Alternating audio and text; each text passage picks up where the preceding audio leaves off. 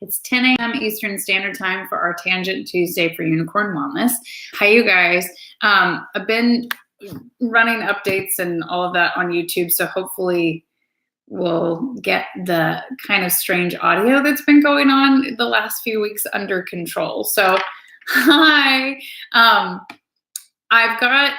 Really the goal of these Tangent Tuesdays is to mirror on Instagram and YouTube so that we have it in perpetuity for those who our members are all over the world and our communities all over the world. So everybody can watch it when it's easiest for them. But we've had a little bit of a fight with YouTube the last few times for the audio quality, which I don't know why. So I'm also trying to show up more often for you in these lives pretty consistently. We have a lot of really interesting energy at play. Hi, you guys. And more and more emails, more and more. Oh, Connie, hi.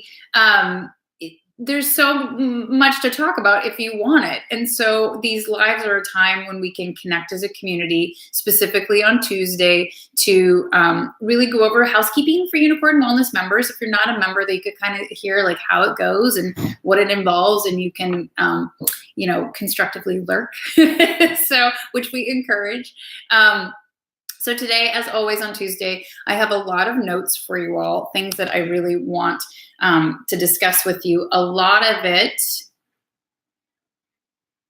yeah, and I've done all the updates on it. So, I'm working all the pieces of how to adjust and fix it. And the issue is I'm running two platforms on two different devices at the same time is one of them. And part of it was just updates that hadn't been done.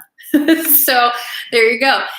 This is my filming week for you all. So I do shoot all of your content in 1 week now. After 5 years, I finally figured out a schedule that really works for me. So one bit of housekeeping for Unicorn Wellness is that if you all have been sending me emails this week and the week that I shoot, I need to put an autoresponder on it. And this week, I'm much slower to respond.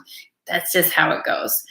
So I'm sorry for that. But if you have emailed me at the end of last week and this week, I promise I will get to it, but it takes a little bit longer. So it's at least probably a week before the reply comes through. So if you need something immediate, or if it's short, just go put it in the private Facebook group or DM me here. But I promise I see them. I promise I'm going to answer them. But this week is intense with shooting, so it just makes me slower for that. And I really want us to have this one-on-one time together and this direct time. So there's been a lot of private messages and a lot of emails, even if I haven't gotten to them. We're still working on lesson 3 of Witch's Work, which the assignment is intuitive tarot. So this is all about pulling a card a day, or some of you all are getting more confident in pulling multiple cards a day, and not looking at the book and not looking at the meanings online in the least bit, right? And just going with your intuition, just looking at the image on the card, just writing notes and journaling about what comes to mind, what memories, what songs, what stuff gets brewed for you, because this is really the goods of where our personal tarot practice are for certain.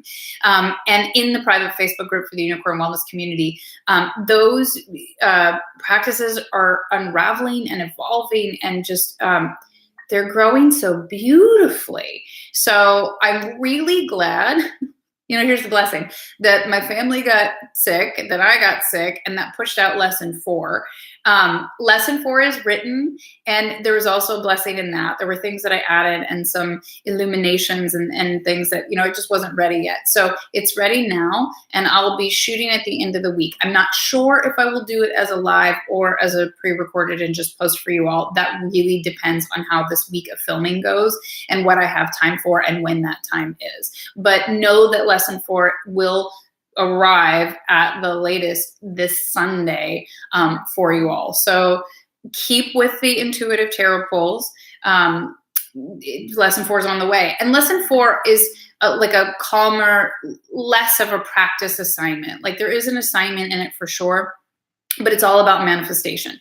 So if you were with me and listening or watched after the fact, the live, I don't even know what day it was now, last week, I think it might have been Friday, when we were talking about the not necessarily the timeline, but the spectrum of healing and how it happens and the pieces that need to happen in order to have healing, right?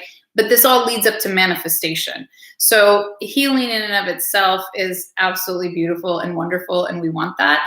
But a lot of the reason we seek it is because we want things in our actual lives to transition and change and evolve. And until we heal the emotional and energetic wounds, then we can't resonate at the spectrum and at the frequency that like attracts like, to bring in manifestations to go forward in our evolution for bigger and better things. Maybe not bigger, just better and healthier things. So lesson 4 of Witch's Work, that'll come out on Sunday, does speak to this healing work and does speak to the conversation that we were having last week. Okay, so basics of housekeeping first. So lesson 4, I'm still working on lesson 3. I still have a cough. And what else? Okay, so detox your brain. I'm not teaching as an official session. All of the sickness that we had, big old breakthrough for me of like, it's just too much to do one every single month in the format that we're doing. One, they're so rich in information and practices that it takes us longer than 4 weeks to go through, which is totally fine. 2, I just need to lighten my load. And then I can be here live with you all more often. I can be present more often for one-on-ones. And I have some things that I really want to do in the community here in Brooklyn, in Carroll Gardens, since we're rooted home here. And I just need the time and the space and the balance for myself and my family personally. So, but detox your brain, although I'm not doing a video lesson every single week this month, all of the content is still encapsulated in the workouts on the site on UnicornWellness.Studio. So it's interesting because I haven't heard a ton from you all yet about this workout, this movement series, and I would love to. Last month was super magical. The month before I really loved, and this month I really love also. So everything in this month of February in these 4-week cycles is aimed at increasing, at detoxing your brain. Okay, so this is about decalcifying the pineal gland. This is about opening and expanding your heart chakra, your throat, and your third eye. So your third eye being the most like focused of the Detox Your Brain series. This is a lot of heart and chest openers. It's a lot of upper back and thoracic extension. So as you open these things and let them be vulnerable, it also creates protection around you and strength in that messaging. So I would love to hear from you all what you think of these workouts and these movement patterns and how you're feeling in them. Every workout on the site is written in respect to the current lunar and collective astrology. So today, we are going to touch more on the astrology. Your questions and your comments on whatever I'm saying helps this evolve on a Tangent Tuesday as well. So know that how you're feeling is not just completely directed at those movement patterns on the mat. Those movement patterns are written to balance everything that's going on in the ethers and that we're experiencing, and therefore becomes physical, mental, and emotional in the concept of it. So, yeah, hi, Tracy. Hi, you guys. So all of the movement patterns this month have, like, we've just started gently, right? It's like this really gentle opening because we start with the new moon, and that's our constructive rest week. So it's 2 full stretch videos. And so it can be a little sneaky as like, what are we doing? It just feels like an awesome stretch. Feels like I'm opening up, like, hey, cool. But there's a building pattern now, like we're 2 video of the days out from the new moon. So you're getting more of the strengthening components of it. Although this 4-week cycle is really yummy in its balance of a lot more opening and stretching, because the heart, the chest, and the shoulders need that, which allows more access to the back muscles to strengthen and hold things in place. So that's kind of the ramble about today, because I haven't heard much from you all about the movement this month so far. And I think it's so yummy and so useful and so productive and so in tune with the moon and with the astrology. It always is. But last week I spent a lot of time on live, and I'm more committed to it right now than ever because we have this intense energy that's happening, right? And so I want you all to talk through this again. So last week we talked a lot about healing. I tried to make this linear on Tuesdays, and then it's kind of like, well, there's a lot. We talked a lot about healing and how healing happens. And then I also brought up that we've got Chiron at the last degree of Pisces, getting ready to move into Aries as a collective. So those of us who get into astrology and astrologers know that like the layer cake is so big, it can take a lifetime to break it all down. I pull out the little pieces in relation to our healing and our personal evolution, and in relation to our constructive wellness, just physically, mentally, and emotionally, because of the membership basis on UnicornWellness.Studio. So that's what I teach, like how to balance humanity and divinity, like how to really work in this 3D plane, in this 3D body, and deal with the physical aches and ailments and excitements and possibility and potential and healing that it's capable of, knowing that there's energetics at play at every moment of it. So last week was so much about healing. So I'll just do a tiny recap if you guys missed that. Chiron is the wounded healer, okay? It's not a planet, it's an asteroid, and it wasn't discovered until like 1977, I think, like somewhere later in the 70s, okay? So Chiron, as a Greek mythology, was wounded, right, and immortal, and had this terrible wound that just would not heal, right? And so he educated himself and kept looking and looking and looking for solutions and looking for healing for himself. In that, he became the most incredible healer and could heal anyone and anything except for himself, okay? So this is kind of where the dichotomy comes in. Meanwhile, in our charts, where Chiron sits in our personal astrological natal chart is the source of our greatest wound in this lifetime, okay, karmically. So it's the thing that we are here to heal in order to make the biggest leap and transition for our highest, greatest good and positivity. This means that once we heal our greatest wound, as denoted by Chiron in our natal charts, this becomes the source of our greatest strength, because this becomes, how can I help? How can I teach? How can I give? How can I love? Because of what we have experienced. So Chiron, I love it deeply, because as a healer and working with people for the last 20 years in a physical component, knowing that everything is emotional and energetic at its root, that you have to look at Chiron, okay? So as a collective, where Chiron sits as a collective is pretty powerful also. So not only are we dealing with our layer and our wound, then we're looking at a collective layer and a collective wound. So collectively right now, Chiron is sitting at the very last degree of Pisces. Pisces is the end of the astrological chart as a circle, okay? And then it starts over again. It's the most psychic. She's the oracle. It's all the emos. It's like totally emotional. It's the ocean, okay? So we're sitting at this last degree, all right? In the degrees, this is part of what I wanted to break down today, because I've gotten so many messages and like everybody's a little like, there's a lot of healing going on, and that creates a lot of confusion and a lot of like, just ick feelings, okay?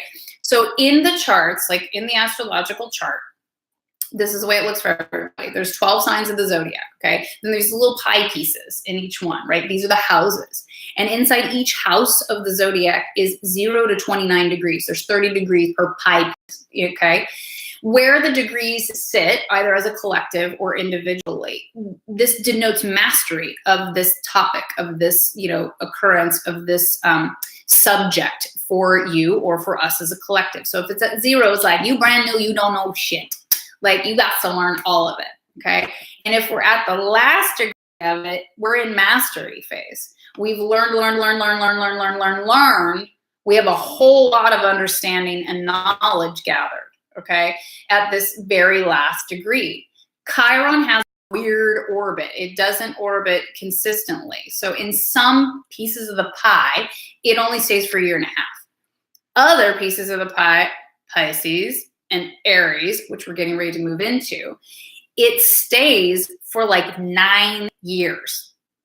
So this is a significant closure and opportunity for healing that we are literally sitting on top of, okay? So Chiron's at the last degree of Pisces. This is at the 29th degree. This denotes mastery. And if you go, I don't feel very masterful in my healing, I don't know what the wound is, and I certainly don't feel like it's been healed, that's okay, right? We're all exactly where we're supposed to be. But we've gathered a lot of information as it's worked its way through the collective chart in the last 9 years. So we've been offered a lot of opportunities and a lot of information.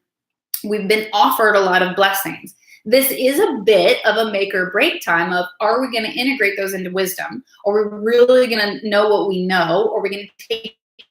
So this is the closing of a big chapter in our lives. This is a huge opportunity for healing.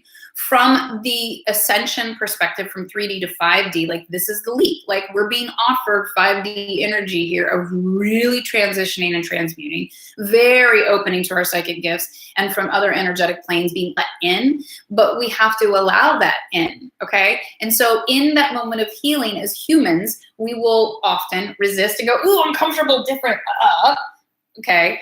Or we kind of surrender to the chaos of it, have these moments of enlightenment, learn something new and go, oh, this is where I'm responsible. This is where they're responsible. Here's where I can let go of this wound. So we have to let go, release, in order to let anything from that 29th degree, it hops into Aries, which is the youngest of the zodiac. It's the birth. I have a double Aries sun. So I know it well. It's fiery. It's very physical.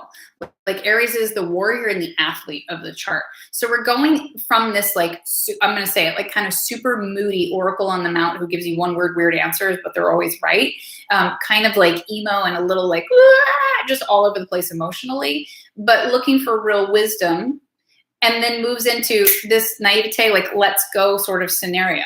So we have so much healing that's being offered that'll give us wisdom as we jump into a new phase and a new chapter and new potential. And this fresh, beginner's luck is a real thing because you don't know better to fear and you don't know how many ways it can go wrong. So we're going to move out of wisdom into positive naivete. I'm really excited about March, and I kind of want to wait for a lot of these bits of information, but March offers us so much of this forward motion that we've been waiting for, because there's the spring equinox and the true astrological new year. And the astrological new year is when we move into Aries, as the sun moves into Aries, okay? So there's so many layers of healing that from the basics on UnicornWellness.Studio in this month, the meditation is based in dolphin and water energy, which is soothing and cleansing and clearing and healing, okay? The movement patterns on the mat are there to get your heart, your throat, and your third eye open, expanded, and communicating with each other on the energetic level. From the physical plane, it is a chest and expansion upward. So this is about confidence and stability and capacity to step into the world with a strong backbone. And not that we can strengthen the bones, but we strengthen your back muscles. You feel protected and supported from behind, right? So that allows you to go forward better. So all of these things are integrated because of the astrology at play here. And again, circling back to all of the direct messages, all of the emails I'm getting, that you all really are on this cusp. Last live I talked about, it's like a butterfly. You start to get squirmy and uncomfortable and we're all like ready to go and ready to heal and ready to be in Aries, but it's like cutting the butterfly out of the cocoon too soon. There is a bit of the squirming and the discomfort that we are supposed to go through in order for healing and in order for integration, in order to really get our wings to be able to fly and to take off when the time comes. Spring is the time when it comes, okay? So we are still in winter in the Northern Hemisphere. We're still in this hermity stage and we're in a lot of integration. So this idea of the pie pieces and the degrees in the chart are really important to understand. So for those of you who've done your Simple Stars reading with me, this is, like the basic, your basic natal chart, right? It's kind of the basis and the foundation for you. You know, your natal chart is the blueprint of your soul. It's a snapshot of the stars the moment you took your first breath in this incarnation. It matters, and it gives us like where the balance, where the imbalances are. And when you start to get into each degree in your personal chart, it's pretty fascinating because you go, oh, I came in with a lot of mastery of these things. It's a little bit easier. And then you look at, oh, yeah, this is everything I have to learn in this lifetime, in this space and place. So healing takes time. It's uncomfortable. asks us to step forward into the unknown, into new habits, into new energy, into new tactics, and it requires us releasing old bad habits. So the point of all of that, from what I'm hearing from you all that are communicating directly with me, is that you all are feeling these bad habits sneak up on you, and you're like, why am I still participating in these habits that I know hold me back, right? That's because the wound has not been identified yet, and you're not dealing from it from the inside out. You're still dealing from it from the outside in, okay? So that's just practical. We have to go into that emotional space and really dig for the wound in order to heal and move out of it. Last week, I talked a lot about the mother wound, and from a collective, I'm really, really pleased and like grateful with how responsive you were to that. Hi, you guys. To the, oh, good, Maria. Okay, good. Sounds like YouTube is back online. So like, hooray for all things. That you all were really responsive to that conversation about, hi, Cynthia, the mother wound. Okay. I actually thought there'd be a little bit more kickback to it, but there wasn't, which is beautiful. We all have a mother wound, like it or not. And as a mother, I go, yeah, some of it's going to come back to me. Yep, it is. Okay. So important things to hear in that is, one, yes, we all have a father wound. Two, we have ancestral wounds that have, followed generations and generations as a culture and as families. And the goal in healing, from my perspective, is that we break those chains and we break those wounds and we don't carry them on for another generation. So for those of you who are still feeling squirmy, there's kind of two camps right now. There's the energy of like, I don't know what just happened, but I feel a whole lot lighter. And like maybe there was an aha and a breakthrough, and you go, I'm just going to approach it this way now. I know I've had that. And then all of a sudden you just feel like you took a coat off. Like you're like, that layer's just gone or lighter, or somebody hung it in the closet for me. I don't know, but I'm not navigating from the same space anymore constructively. Then the other camp seems to be, I know where the bad patterns are. I don't want to participate in them anymore. I don't want to be acting from them anymore, but I can't seem to figure out where, how to make this shift and how to drop it. And so we were talking last week about wounds, and we were talking specifically about the mother wound. And so it's like the mother wound.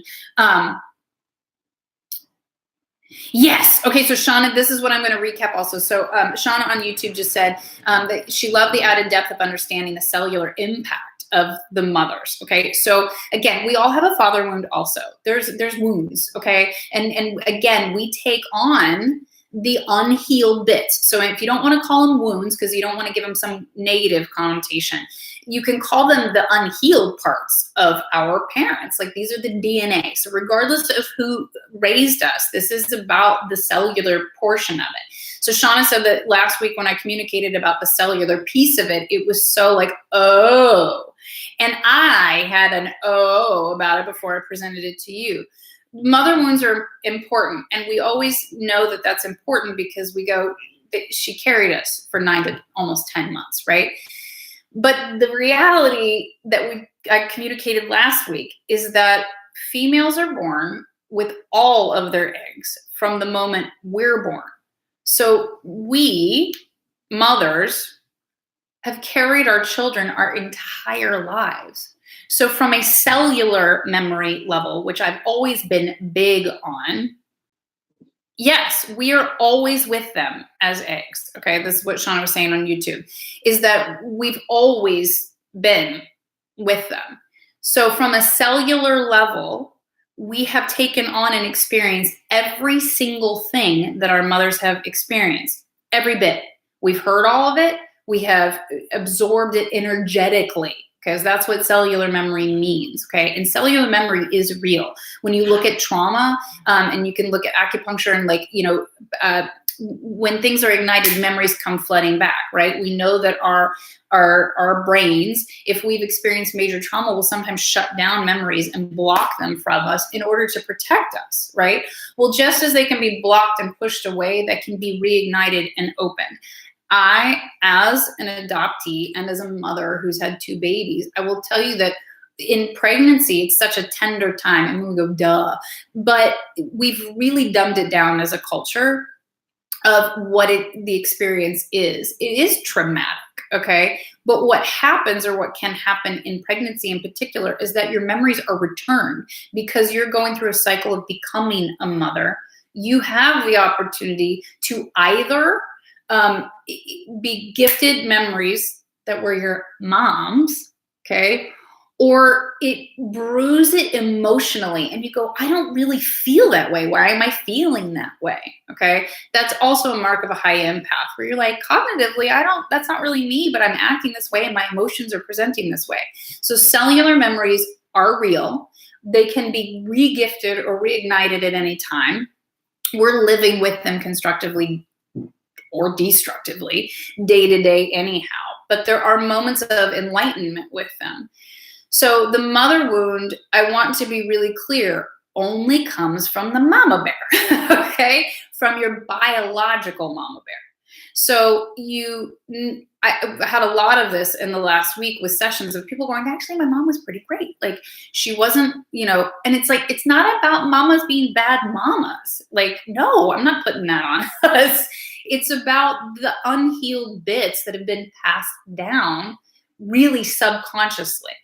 So when we're looking for healing right now, because the astrology marks a major time of significant healing, and we go to the mother wound, right? Because you all are all here because you're seekers, because you want to be healed, because you want to drop your baggage, because you want to cut your karma, because you want to be of highest and greatest good in this lifetime, and you want the highest expression of yourself and your soul in this lifetime, okay? That's why you're here.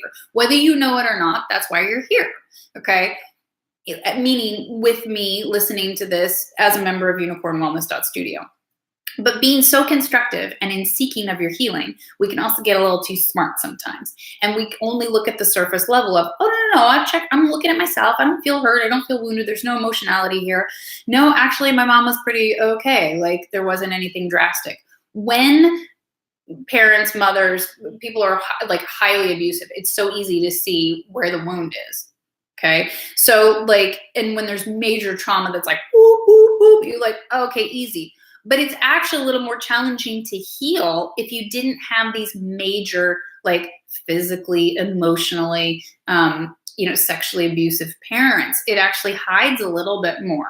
So you have to do a little bit more digging of, okay, so maybe I'm not looking at a wound my mom did to me. Maybe I need to look at her wounding. I need to look at her story. And so again, let's move from his story of history into what was really her story. How can I understand her evolution and her experience better? One, this breeds empathy. Two, this actually kind of separates emotionally because you start to look at them as a person anthropologically instead of all what you experienced of a parent, right?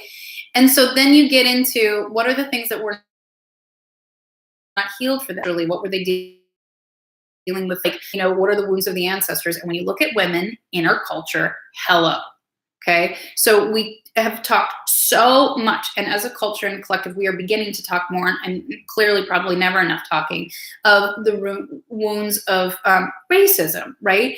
And black versus brown versus white. And meanwhile, it's all melatonin. We're all people and souls. We need to be talking about our souls and not our skin, right? But when you look at women in particular, of all ages, stages, and classes, then you start to get into these deeper of like, holy cow, like if, they were not Caucasian, then they have these extra layers of wounding and extra layers of challenges they needed to reach forward for and move through. So wounds of the mother don't have to be because they did something terrible or bad to you. You have to dig a little bit deeper to look at their story familially and ancestral, your ancestors, okay, wound of what didn't get healed. What were their experiences that would have wounded and hurt and prevented them from expanding to their highest and greatest good and becoming their full, expression of their soul's self? That becomes a little bit more interesting. So a lot of the messaging and emails that I'm getting, if I can't answer them every single one this week, that's part of why I'm doing this live, is that it's the wounds and the things that we're going through healing. I promise you right now, they are connected to the mothers. I promise you. So this is such a time to dig into it and give it attention. You don't have to give it attention at all times, everywhere, all year long, okay? But this is a time of it, of understanding just, and I say just in quotations because there's nothing minimal and just about it, your biological mother's wounds, okay? Because this is the source of your greatest wound, because it's carried through minimum 2 generations, your mom and you, okay? And there's an opportunity at massive healing and massive chain breaking right now to break the cycles. And we get so smart and intelligent as seekers wanting to be healed and doing the work that we cognitively, again, I talked about this last week, we cognitively accept, we consciously are aware, we intellectually sift through and understand. That has very little to do with the actual healing of it, okay? It is a piece of it. There is a puzzle of it. Yeah, and the Instagram, I don't know why it says live video paused and reconnecting. I have no idea. So we're on YouTube now, okay? So the intellectual, the cognitive, and the conscious pieces are a piece of the healing puzzle. But if you do not get into the emotional piece of it, and even to the deeper piece of your mother's wound, it won't fully heal, because it's just still kind of laying out there. And we're being offered this time of sensitivity of like, do we step forward into things that we've become aware of and that we understand now based on the mother wound, or are we resisting looking for the wound? I see this a lot too. No, everything was fine. She was totally great. And I don't know why I feel this way. Then you're not being honest. Okay. And then sometimes maybe it's just being blocked from you right now. You got to keep asking the cards. You got to keep getting on the mat. You have to keep sitting in meditation. Why? Because these practical pieces of movement and meditation and fuel peel the layers off of the mysteries. Okay. So as a human in this 3D life, it's just like we put crappy layers on top of crappy layers, low resonance, distance emotionally, just so much of that. And so as you work on the mat with me, it's Reiki healing also. So just remember, there's so many layers to this. There's the Reiki healing being offered every time you're on the mat. You're doing the movement as an energetic clean sweep and a physical calibration for your highest and greatest good. Then you have the meditations of connecting to spirit and soul and self. And then you have the tarot, which is, it's not like it's outside of yourself, but like meditation is really here. And I feel like tarot is a bit here. So you get some perspective on it. So every time you practice those things consistently, it's like you're either scratching the paint off of like, those old walls that have like 14 layers of wallpaper and 3 layers of paint on top of it. It's like you're scratching off the paint, okay? And then you start to peel the wallpaper away. And if you don't really know what the wound is yet, you got to keep scratching and keep peeling and keep, steaming it off. And then eventually it will reveal itself. I'm just saying, in these weeks, as we're sitting at, this degree, it's offering an easier time to peel. If there's 1 layer or if there's still 14 layers left, you have an opportunity at kind of quickening and cutting through that. Okay. It looks like Instagram just totally meh, but we're all here on YouTube.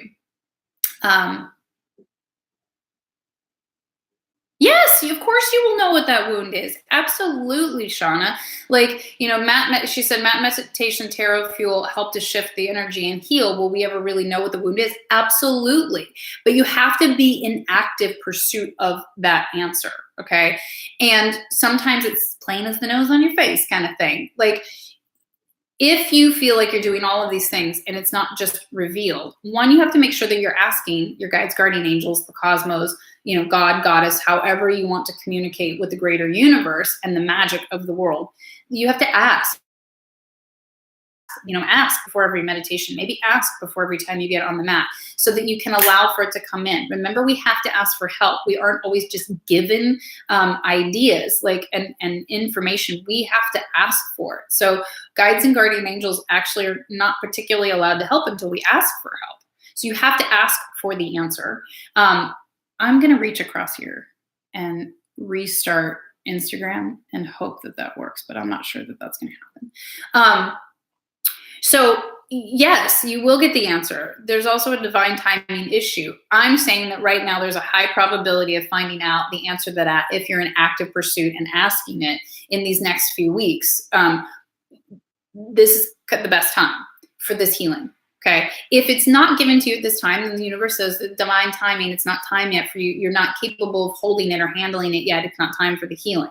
The next step to that, which sounds a little, self-serving in some ways, but it's not. If you're not coming up with those answers on your own, book a session with me. Those cards don't lie. They really don't. And it's been really powerful in the last year to see, when you directly ask, what is the wound that needs to be healed? What comes up? What I see is that the cards are never wrong, but there's a lot of resistance to hearing what the wound is. And so if you are in a place of feeling like, I don't know what the wound is, I'm never going to hear it, you've probably heard it a million times and you just don't want to accept that that's the wound. It either seems too easy or it's just not a place you're ready to go yet to heal. Timing, life, who knows? So yes, you can know the answers to these things. You have to ask either in your own cards, in your own meditation, and you should be asking on your own because you have direct connection. But if you really feel because here's how I feel, is that, and you'll hear this from a lot of healers, a lot of readers, a lot of psychics, a lot of channelers, is that it's very hard to do readings for yourself when it's uber personal and deep like this, because our cognitive brain kicks in and negates it and works ourselves out of it. It's just human and ego. So when you can hear it couriered from somebody else, different perspective, and creates more clarity on it in many ways. Let's go. I'm going to look at the comments. Yes, and asking is a new habit. So Shauna, really good feedback and really good, questions and participation here.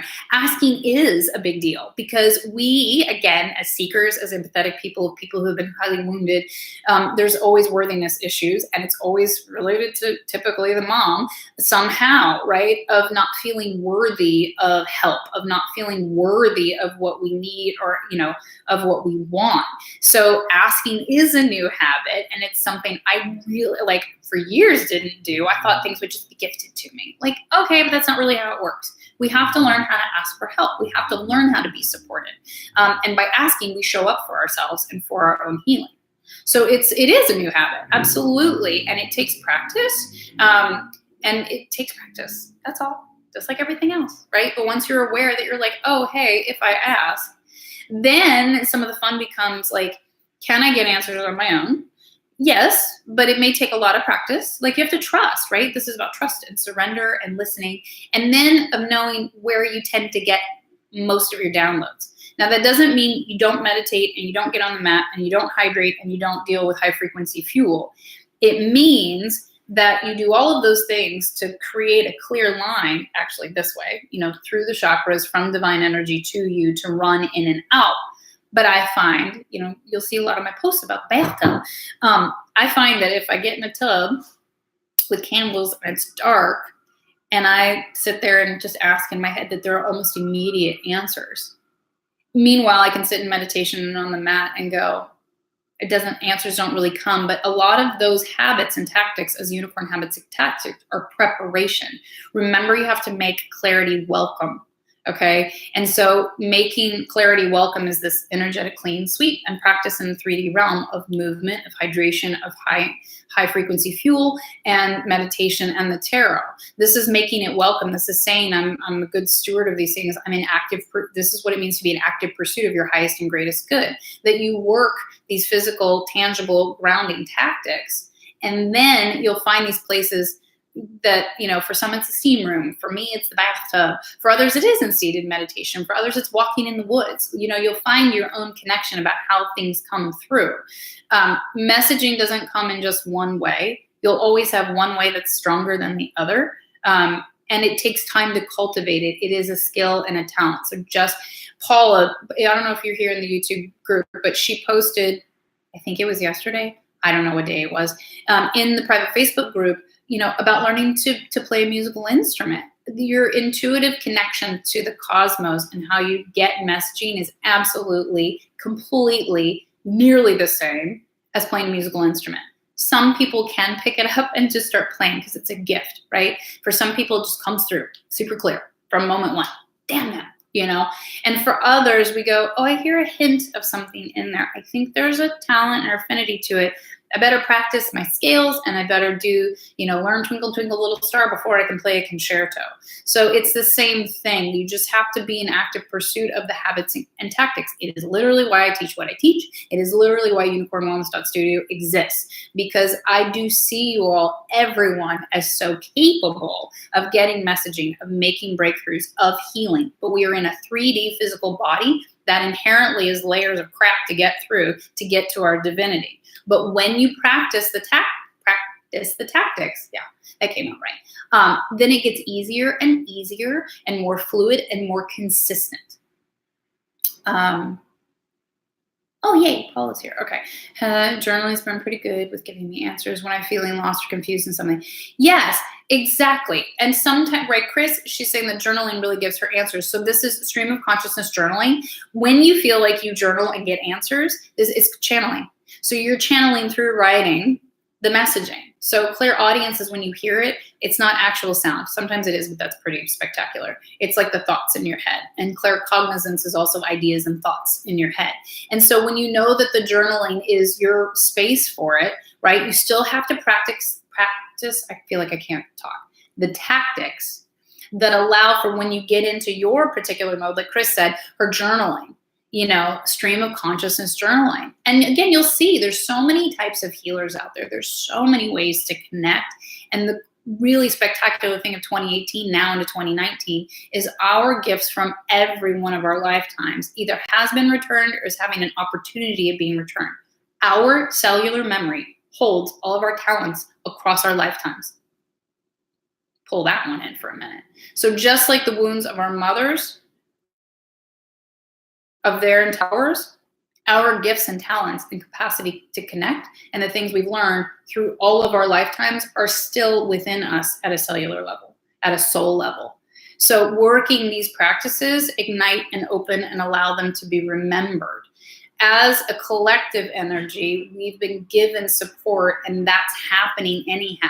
But the piece that I find missing in other practices and other teachers is that, yes, we can be open to it and be in meditation and be in conversation, but if you are not in active pursuit in a 3D physical realm, it's not going to happen as big or as well or as magical. Like, it's like you're leaving money on the table when you don't practice these tactics, practicing the mat and your fuel and getting it high frequency and a match for your personal code. These are all like real game changers in allowing and reclaiming gifts that are already yours from a soul level. So we talk about ascension, meaning the closer, it really just means to move up, right? In frequency of being less grounded in fear and more, resonant with love and attracting and perpetuating with a positivity and potential. That is not how we go lightly. That doesn't mean we don't acknowledge real things that are happening on this planet and aim to change them. But we stop with the leaking energy and the fighting and and we start to work in this space energetically for change. So gifts of, it's an interesting tangent that was taken.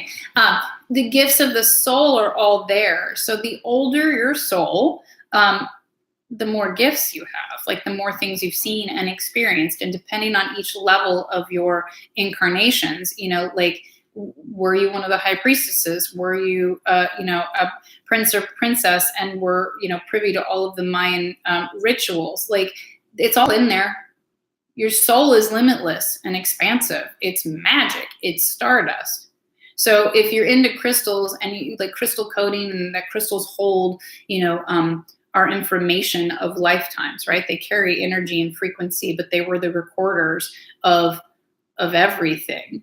we are just as much the recorders of everything. So when we think about wounding, we've recorded all of those things too, which makes highly sensitive, highly empathetic, highly psychic unicorns. We can have a very difficult time stepping out of the negative side of things because we have been through so many lifetimes where we saw the bad things and how those things played out. Is this making some sense? We'll check in the, oh, I got to scroll through the comments. Okay, so Chris is asking really good questions. One, how do you know how old your soul is? I don't have a direct, straight answer for that. Okay, there are healers and psychics and practitioners who can tell you. Okay, there are some books out there that offline I can recommend and offer up that will tell you how to calibrate it. You can look at the astrological chart sometimes, except that I find that to be not correct because it's a snapshot of the moment your soul took its first breath in this lifetime. So it's this template. And it's supposed to be for this template. Sometimes this is a meditation piece of your puzzle that you want clarity to. Just start asking, and it's gifted to you. So for me, I've had multiple readers, tarot readers, astrologers, and psychics tell me flat out that mine is one of the oldest souls they've come in contact with. So, and again, in meditation, I've had that come through very, very, very clearly and more clearly lately. And I think I alluded to that in a live that I have some downloads and information that's come back to me that I'm like, what do I do with that? Okay, I want to work on that. Part of it is me showing up for you all live and having these conversations more often. So part of it is like, there's no direct answer of like how to calculate it. But if there's a lot of trauma in your life, that's probably a high alert for it. If you're highly sensitive, that's another alert for it. Again, because you've experienced the woundings of humanity and civilization so many times. There can also be this high drive to accomplish and fix things from a collective perspective, meaning like you really want to see the world become a better place and you're very driven to assist in that in any way possible. My bet is that all the unicorns are. Like attracts like. There's no way you guys would be open and privy to all of this conversation if you really weren't. But there is, considered... Okay, I'll just throw it out there. Ainsley MacLeod is one who does a lot of writing about it. And he has one book in particular that takes you through like the stages of a soul that really, he tabulates them 1 through 10. So 1 being the youngest and 10 being the oldest. And he does a breakdown of the things that you are accustomed to.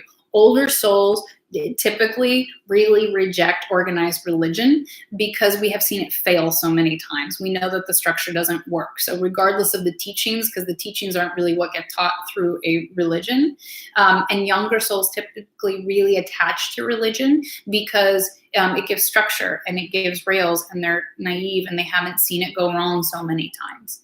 So those are one of the standpoints of it. But his work goes into it. Pause says it makes total sense. Okay, Chris, you had another question. You've always felt that you were beheaded or decapitated in life, and I have a thing about anything touching my neck. Yep. Well, that has to do with past lives. That's a yes. That's a total yes. I have had past lives, more of a shamanic kind of regifting in dream time. But I'm typically in active pursuit of those things through like frequency and sounds and crystals that I meditate with or I go to bed with.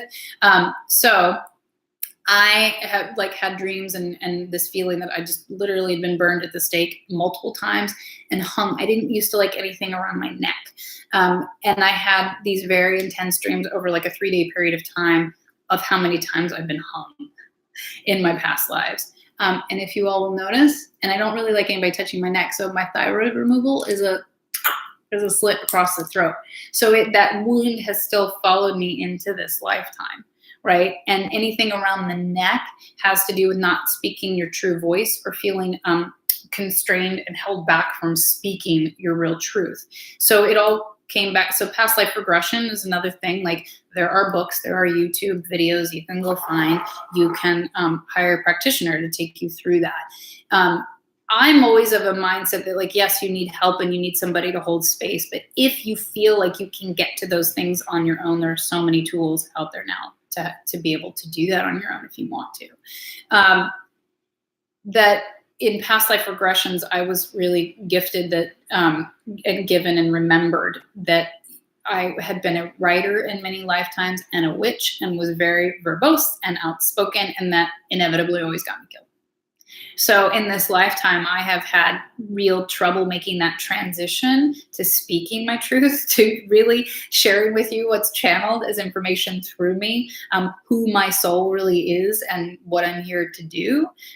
So know that I teach because I've gone through it and I'm still going through it. But that all of these levels of understanding and wanting to know as far as soul evolution and healing and helping, just always head towards that. And I teach what I teach because my soul mission here is to teach how to integrate the 3D experience with your divinity. And people tend to either teach one or the other, but they go together because it is about balance and it is about those things. And we are in a 3D incarnation and in a body. We have to make peace with the physical vessel because this is heaven on earth. And so the better we tend to the vessel, the better the messaging, I don't want to say the faster the healing, because I don't want to put that kind of like Western like thing on it, but at least we know we're headed towards healing time-wise. Like that's going to happen. If you're not in active pursuit, it's not going to happen.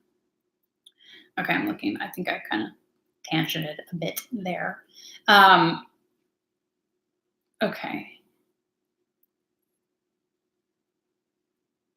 Oh, and Lacey says, I wish I could get my high sensitivity as a gift. So I'm reading these questions because those who watch it after the fact have said that they don't see the feed. And so then they're confused as to like what I'm answering. That I could look at my high sensitivity as a gift. I'm trying to learn to do that in a way it feels like a curse. Yes, it totally feels like a curse in the beginning because you feel everything hurts. You want to talk about like sensitivities and food. And you guys, I'll probably stay just a tiny bit longer, but I do just shoot today. I have all kinds of notes about sensitivities here for you all today. It all spirals back, right, in a constructive way as to what I teach and why I teach. That I'm trying to find the best way to communicate so that more people can be helped by it. It isn't just a workout. I'm teaching physical practices for spiritual evolution. Okay. So the sensitivity does feel like a curse. And so people have asked me over and over, like, oh, there's all these things you cannot eat. And like, isn't that awful? And yeah, for a while it was awful because I felt so terrible. And meanwhile, the things that I needed to release, I feel unbelievably free. And it is a gift, but you have to go through the stages of human, this really doesn't feel good. But if you're not supporting your magic, your gifts in the world, it will not evolve to the blessings. So I talked about happens. Sensitivities are a gift, but if you're pushing them away and you're not supporting them and saying, I'm going to follow this, I'm going to follow my white rabbit, I'm jumping down that hole, like I'm going for it, then it will continue to feel like a curse because you are working against your soul's frequency and calibration. You are working against your body physically rather than working with it and going, I don't really understand you, but we're going to find a way to make this happy. You can think of it as an inner child. You can think of it for us to think of ourselves as, wounded animals that you pick up on the side of the road. Like when they're terrified and in the back of the corner in the crate, right? And you're like, I just want to love you and snuggle you and feed you and see you grow and be loving and playful. But you don't just stick your hand in there and like, hug them into it, right? You have to like feed them and guide them out and do gentle, and you just have to keep showing up. You have to show up for yourself. So with children or animals, right? Because it's the inner child that really drives the subconscious shit. You have to keep showing up for yourself. And in a culture that tells women and minorities that you aren't any good and you are unworthy, on top of mother wounds, on top of lineage wounds, like there's a lot here that says we're not worthy, or that has whispered that for generations. And so we believe it. But if we show up for ourselves every day, those sensitivities become gifts that and you do unfold into the goddess and you go, yes, oh, I serve a high purpose and a high place in who I am simply because I am, you know, but it takes active pursuit. It's brave to say, I feel like it's, you know, a curse. It's kind of the first step, right? And then you go, I'm just going to show up. I'm going to get on the mat. I'm going to drink more water. I'm going to use high fuel. I'm going to meditate. I'm going to listen to those tarot readings, and I'm going to journal, and I'm going to see what comes out of it, you know, because fear, the dark side, I mean, I'm not mocking, but I'm mocking. It's choking. It's choking its last death and breath, because more of us are stepping forward and going, I'm taking up space. I'm taking up space for the collective with the light, for love. I'm taking a stand here. You better move over. And, you know, crowding out. We can talk about crowding out in foods and in habits. The light has crowded out the dark. It still has to exist in order to hold balance. We still have to value that. But we can't give in to the dark, right? And when we don't value ourselves and we see our gifts as curses, dark wins. So I'm not willing to let it do that. So you have to just keep trying, right? Keep getting back on the wagon of the practices, and the practices support those gifts coming to fruition. And there's no timeline on it, right? It takes time. There's little upswings at each moment. And that's why it's important to stop and go, where was I last year? I feel like I was in the same place, literally. And for me in particular, we packed up and left. I had no intention of coming back. We are literally in the same neighborhood, in the same apartment. But I sit here and go, I'm exactly who I have always been since birth, yet I'm completely different. So you have to show up for yourself. Yeah, well, you need to resist the urge to fight. We have to stop seeing it as a fight. So there is things that there is a time to stand up and protect things. But when you fight for something, you inherently create resistance that doesn't need to be there. What you need to do is brew your own magic and expand your own light rather than fighting and resisting. Does that make sense? That's what surrender means, and to have faith. And to have faith in God, in yourself, in your guardian angels. Like, when you fight and resist your personal magic and evolution, you're actually fighting and resisting God, higher consciousness, divine spirit. So, because we're not separate, right? We're the same. It's the same. So we have to do you trust in divine spirit? Yes or no? Well, you can't say yes if you don't trust yourself. Okay, well, you can, but that means you have to learn to trust yourself and learn to understand that you are not separate. You are whole. You are the same thing. Okay, and then it becomes like, okay, I get all of that, but it's still not resonating. That's when you just like throw it off for a while and you go, I'm going to get on the mat. I'm going to hydrate myself. Just practical tactic it. Like, quit trying to think it through. Just do, right? Yes, because surrender, people think that surrender means giving up. And I did for a long time too. Surrender means I have faith and I trust, and I don't really understand this path or this process, but I'm going to trust that the universe has my back, that my guides and guardian angels and higher self, God, goddess, again, divine spirit, is an active pursuit of my highest and greatest good. I don't understand it as a human, but I'm going to trust it. You have to let go a little bit. Because the more you hang on and the more you can try to control it, the less it evolves. And again, it's easier said than done, but it actually can be easy. Let go. Again, this is part of why I teach what I teach. Like, I want people stop being complicated. Just show up. Quit trying to rework it, rethink it, redevelop it, and do something. Just give it a try. Just really, really become a unicorn for like 3 to 6 months and really give it a try, and then see how the soul evolves. See how the joy and the understandings and the clarity evolves. That's all. You know, then from that point, we can go back to cognitive arguing and resistance, right? Oh, yay, Paula. Okay, well, we're at 11:01. It's been an hour. Oh, you're so... I mean, I do. I also want to get out of the cycle of trying to convince you all to be on your side, but actually that's part of my soul's mission, is like, I'm going to show up for your soul. I got to get you to show up for it. And there are really practical ways to do that. And it is what I teach and what I do. Are there other ways? Yeah, there are, but your soul may not resonate with those other ways. Like everybody's got a teacher and a process, right? So if you've been attracted to me or to Unicorn Wellness, this is your home. There's no question. So at some point you just have to surrender and go, I'm just going to do it then. I'm just going to try. So if you, yeah. So if you all have other questions today or comments, tap them in. I'm so grateful that you guys were here. What a wonderful Tangent Tuesday. And unbelievable, right? We get YouTube to work and then Instagram's like, meh. I don't know what to say about that. Hopefully we'll get them to all work at the same time. I don't think we're of Mercury retrograde just yet. I got to check the calendar. I know we're close to it, but this is probably what we can expect for the next 6 weeks is this off-on of technology for us. If you are not a member of UnicornWellness.Studio and you're interested in the practical tactics and the practical day-to-day habits to help your ascension and to help integrate your soul with your physical 3D incarnation, down below in the description, there's always a 30-day free code for the site. Just try it. Like I said, just try. The point is for it to soothe and balance this lifetime. That's it. And to really be in active pursuit of the highest expression of your soul. There's all kinds of ways to do it, but you need to find the way that resonates with yours. If you're here, this is probably the one, okay? And if you want to book a private session with me, a tarot reading, to ask, really feel like there's a block to it and you need help in supporting that, link below, tandygutierrez.com. And what else? I will see you next Tuesday.